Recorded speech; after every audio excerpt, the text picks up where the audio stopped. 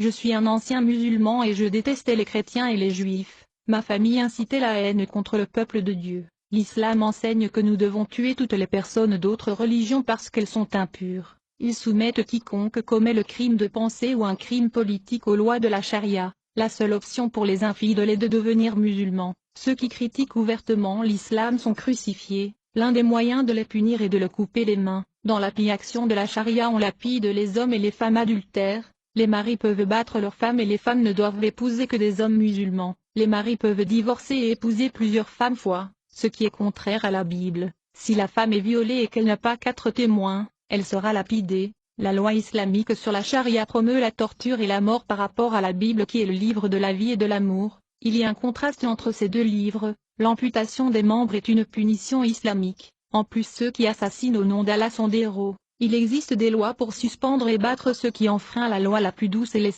alors que nous étions profondément dans la religion islamique. Un jour ma famille a appris qu'il y avait un groupe de chrétiens qui se réunissaient en cachette pour adorer et rendre culte à Jésus. Sans tarder nous avons contacté les autorités qui les ont raflés. Quelques jours après ces incidents, une famille dans notre voisinage nous a signalé qu'un groupe de musulmans s'était converti au christianisme. Dès que cette nouvelle se répandut dans le quartier, les hommes islamiques sont allés à la recherche de ce groupe. Ils sont allés avec des couteaux, des pierres et des barres de fer, et aussitôt qu'ils les ont trouvés, ils ont assassiné ce groupe de chrétiens. Les musulmans sont un groupe violent qui tente de gouverner en faisant la guerre. La religion islamique est beaucoup plus qu'une secte, ils forment un parti unique lié au gouvernement et constituent également une faction criminelle en Indonésie. Quelle est la différence entre les narcotrafiquants et la religion musulmane? Les deux tuent des gens à cause de leurs intérêts, mais pour ma famille, Dieu avait déjà promis le salut en Jésus. Tout a commencé lorsque mon père a tenté de tuer un chrétien avec un couteau. Il a envahi la maison de l'homme qui avait cru en Jésus-Christ. Les chrétiens étaient à genoux et ils n'avaient pas le temps d'arrêter leur prière. Mon père, en entrant dans cette résidence pour tuer cet homme, du coup il vit l'ange de l'Éternel qui était debout à côté de cet homme qui pria. Mon papa a pris peur et s'est enfui, car l'ange pointa son épée flamboyante dans sa direction et lui a dit, « Ne touchez pas loin de Dieu ». Mon père est devenu chrétien ce jour-là et a raconté cette histoire à la famille. Ma famille crut à mon père parce que nous savions qu'il n'était pas le genre d'homme qui ment. En dépit de cet incident, ma famille avait résolu de rester fidèle aux lois musulmanes. Ma mère, craignant que sa famille ne soit punie, a dit à mon père de ne pas se convertir à Jésus. Mon père lui a répondu. La parole de Dieu dit que nous ne devrions pas aimer nos familles plus que Jésus. Il a dit à ma mère, je resterai avec Jésus et je vais en Australie pour le servir. Le témoignage de mon père a profondément marqué notre vie. En Australie, il était un autre homme. Toute la famille s'est rendue à Jésus et ils ont quitté notre pays. Ils voulaient la liberté d'adorer Dieu. Je n'ai pas voyagé avec eux pour le simple fait que j'étais une femme mariée. Seul moi et mon mari qui avait également converti à Jésus sommes restés derrière. La conversion de mon mari n'a pas été facile. Il m'a presque tué avec un fouet. J'ai été fouettée pour ne pas vouloir servir Mahomet. Jusqu'au jour où Jésus est apparu personnellement à mon mari. Jésus-Christ a montré les marques de clous dans ses mains à mon mari. Mon mari a touché les mains de Jésus-Christ comme l'apôtre Thomas l'avait fait. Jésus lui a dit, « Je ne suis pas un esprit. Je t'ai mort mais je suis ressuscité et je suis vivant pour toujours. Votre femme est sur la bonne voie, si vous croyez en moi. Un jour votre corps sera glorifié et vous serez immortel si vous me suivez. »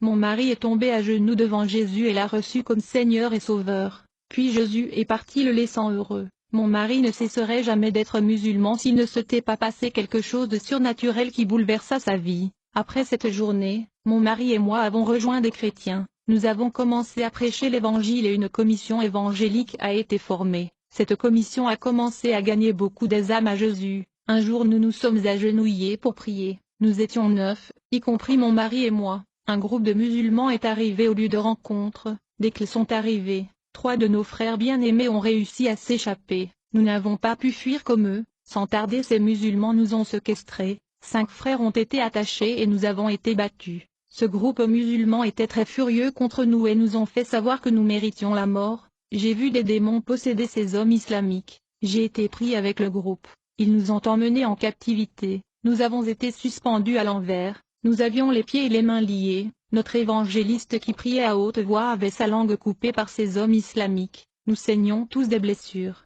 Ils nous ont frappé la tête avec des pierres tranchantes. On mourait la tête en bas. Nous ne savons pas où nous étions emmenés. Ce que je peux dire, c'est que nous étions à l'agonie de la mort. du froid et des saignements. Ils nous ont appelés et traités des traîtres. Mes yeux se sont assombris et mon esprit s'est éteint. Quand je me suis réveillé, je n'étais pas dans mon corps qui était pendu. 5 de mes frères chrétiens étaient morts. Celui qui était encore en vie s'est fait couper le cou et il est mort à ce moment-là. Mon esprit a vu cette scène horrible à l'époque. Tout à coup, j'ai vu 6 anges radiants de l'Éternel qui sont descendus du ciel. J'ai observé chacun de ces anges radieux qui ont transporté ses frères qui étaient tués vers le royaume céleste et éternel de gloire et lumière. J'ai vu mes 6 frères de l'assemblée qui étaient rassemblés par les anges qui sont venus le prendre, et ils furent emmenés au paradis céleste. Cela m'a fait très plaisir de savoir que toute leur souffrance avait une récompense. Un de ces anges éclatants et radieux m'a conduit au royaume des cieux, où j'ai vu de beaux bâtiments en or qui ressemblent à des châteaux. Le ciel était un endroit merveilleux. Il n'y a pas de description pour parler de l'immensité de cet endroit. Les 5 frères qui ont été martyrisés avec moi sont entrés dans leur maison céleste, et j'ai vu leurs noms qui étaient écrits sur des plaques d'or devant leur enceinte. Au ciel ils ont été honorés comme des héros de la foi, car ils sont morts à cause de l'évangile de Jésus-Christ. Tous ceux qui sont tués pour la bonne nouvelle Jésus-Christ sont honorés comme des héros dans le royaume céleste. Ils étaient heureux de recevoir des récompenses dans les cieux pour leurs efforts. Puis l'ange et moi sommes descendus du ciel en captivité vers l'endroit où nous nous étions tués. Les musulmans ont pris les corps et les ont enterrés. Lorsqu'un musulman a traîné mon corps pour l'enterrer, il a emmené mon corps dans un endroit éloigné de la vue des autres. Il était sur le point d'enterrer mon corps. Soudain, l'ange à côté de moi lui apparut et lui dit, « Tu ne peux pas enterrer ce corps, elle ne mourra pas, mais tu vas l'emmener dans une maison et ils prendront soin de ses blessures. » Ce musulman était paralysé car il avait du mal à croire à ce qu'il voyait. Il ne pouvait pas accepter qu'il voyait un ange.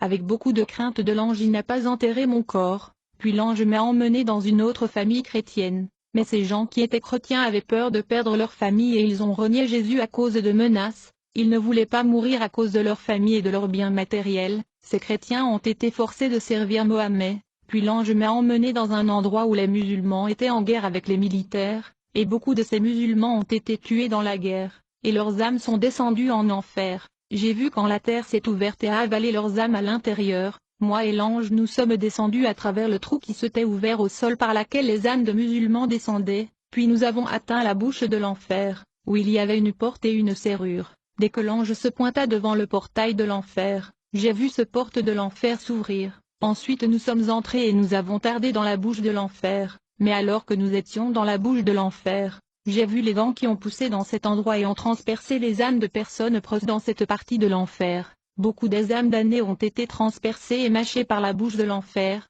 Ensuite une force a poussé les âmes vers le bas. L'ange et moi nous sommes allés dans la gorge de l'enfer et nous avons atteint l'œsophage. Le tourment dans l'œsophage infernal est terrible. Les âmes à cet endroit sont écrasées. C'était épouvantable. Après avoir observé cette horreur, nous sommes allés dans le ventre de l'enfer. Dans cette partie de l'enfer le feu y est mélangé avec de l'acide. Les âmes de cette région avaient leur corps fondu. Les larves de feu ont un effet corrosif qui gâtait les âmes qui sont tombées à cet endroit. J'ai senti la grande température de cet endroit. La chaleur est insupportable et fait que tout ce qui était dans ce territoire puisse se fondre. Le niveau de soufre qui est concentré dans cette région laisse la chaleur beaucoup plus chaude. Je transpirais sans arrêt et ma peau a commencé à sécher.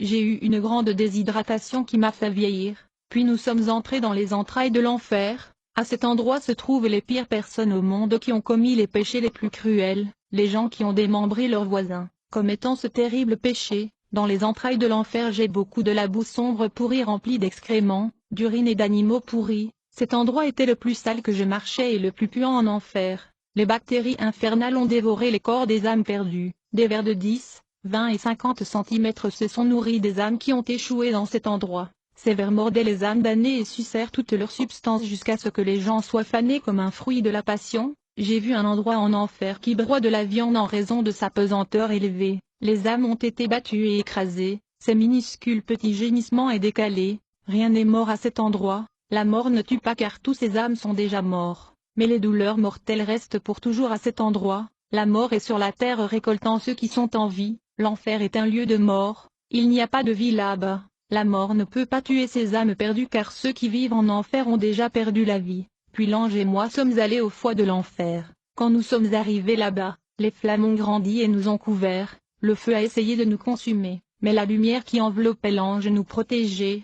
Cette partie de l'enfer a un feu féroce qui dévore les âmes qui sont là. Cet endroit ressemble à une bête, tout ce qui était là voulait nous attaquer, tout était en vie et tout avait un caractère prédateur. J'ai vu plusieurs yeux dans cette partie de l'enfer qui me regardaient et regardaient l'ange. Dans cette région de l'enfer le feu rugissait comme un lion. Puis nous sommes allés au poumon gauche de l'enfer et nous avons contemplé une ligne spirituelle qui a atteint la terre. L'ange a déclaré, cet endroit qui est le poumon de l'enfer est le lien de la transmission et transfert spirituel de puissance de l'enfer sur la terre avec, ce lien est lié au satanisme, à la sorcellerie et à d'autres religions fausses. Toute sorcellerie pratiquée sur terre est liée au poumon de l'enfer. J'ai observé que de cet endroit, une grande quantité d'énergie infernale coulait vers la terre. Toute cette force maléfique est montée sur la terre et a permis aux gens de pratiquer l'occultisme. Puis nous sommes allés à l'œil droit de l'enfer. Cette région est un endroit où la terre est surveillée par des démons espions de renseignement. Ils peuvent observer des églises qui perturbent les plans et les agendas de Satan afin de les attaquer. Après avoir quitté l'œil de l'enfer, nous sommes allés dans le cerveau de l'enfer. Nous avons vu Satan assis sur son trône. C'est ici dans cette région au cerveau de l'enfer que les grandes inventions technologiques, chimiques et scientifiques sont développées pour détruire l'humanité. Il y a ici la complexe industrielle de l'enfer. Puis l'ange de l'Éternel m'a montré beaucoup de musulmans en enfer. Ils sont là parce que le Coran a fait d'eux des tueurs. Le Coran envoie les épées au cou des chrétiens et ceux qui ont survécu seront emprisonnés. Ils persécutent et soumettent les peuples à leur religion. Ils chassent les gens de leur terre pour le dominer. Ils capturent des femmes et les prennent comme épouses, même si elles sont mariées. Ils décapitent les prisonniers, violant les femmes et asservissent les enfants. J'ai vu les califes en enfer, puis j'ai vu le prophète Mahomet en enfer. Il était dans cet endroit en enfer pour avoir écrit un autre évangile au-delà de ce que la Bible enseigne. Mahomet est un menteur. Il a inventé le Coran qui a été conçu et inspiré en enfer. Ce n'est pas l'ange Gabriel qui lui est apparu mais Satan qui l'a trompé. Mahomet est en enfer pour sa soif de sang et sa participation à la lapidation. Je délivre un avertissement de Jésus aux musulmans. Vous devez vous convertir à Jésus ou vous finirez tous en enfer. Arrête de croire aux mensonges. Vous dites que les hommes qui meurent martyrs au nom d'Allah ont le droit d'avoir 72 vierges au paradis. Vous vous suicidez avec des bombes sur votre corps et vous pensez aller au paradis. Vous allez réellement en enfer. J'ai vu beaucoup de musulmans en enfer en train de se repentir pour avoir commis des attentats suicides. Ils sont en enfer en ce moment. Le djihad ou la guerre sainte ne vous amènera jamais au ciel. Seul Jésus est la vie éternelle. Le ciel n'est pas une oasis. Vous n'avez aucune connaissance en du vrai Dieu d'amour. Lisez Jean chapitre 3 verset 16. Car Dieu a tant aimé le monde, qu'il a donné son Fils unique, afin que quiconque croit en lui ne périsse pas mais qu'il ait la vie éternelle. Ephésiens chapitre 2 verset 9. Le salut n'est pas une récompense pour les bonnes choses que nous avons faites. Aucun de nous ne peut donc s'en vanter. Premier chapitre de Jean 3 verset 1. Voyez à quel point notre Père nous aime, car il nous appelle ses enfants, et c'est ce que nous sommes. Mais les gens qui appartiennent à ce monde ne reconnaissent pas que nous sommes les enfants de Dieu parce qu'ils ne le connaissent pas. L'ange m'a ramené à la surface de la terre. Mon corps était dans la maison de ce musulman pendant un jour ni sans vie. Il voulait enterrer mon corps. Je suis resté un jour mort et je suis retourné chez ce musulman à qui l'ange a ordonné de prendre soin de moi. Mon esprit est retourné dans mon corps. C'était douloureux car ce corps avait subi de tortures. Plus tard cet homme est devenu chrétien et, avec sa femme, ils se sont occupés de mes souffrances. J'ai prêché l'évangile à une fille musulmane. Elle s'est convertie et a fui de chez elle pour que ses parents ne la découvrent pas et ne lui appliquent pas de punition. J'étais dans la maison du musulman qui s'est occupé de moi et s'est rendu à l'endroit où se trouvait ma famille. Mon mari était parmi les frères tués, qui étaient transportés au paradis pour toujours dans la gloire avec les autres frères qui sont morts avec lui. Dieu a permis que leur corps soit enterré, mais pas le mien. J'étais le témoin du paradis sur terre pour rendre compte de l'œuvre de rédemption au peuple musulman. Jésus offre beaucoup plus que la religion musulmane. Jésus a la vie éternelle pour leurs âmes et va ressusciter le corps qui mourront un jour. L'immortalité sera notre victoire. Abandonnez simplement votre vie à Jésus. Au lieu de la haine que vous ressentez pour les gens, l'amour de Jésus envahira votre cœur. Ne tuez pas, aidez les gens et parlez-les de Jésus, vous aurez vos récompenses. Je vous aime tous. Restez dans la paix de Dieu. Amen. Témoignage de Kaya Vermancia Surabaya de la ville de Jakarta, Indonésie.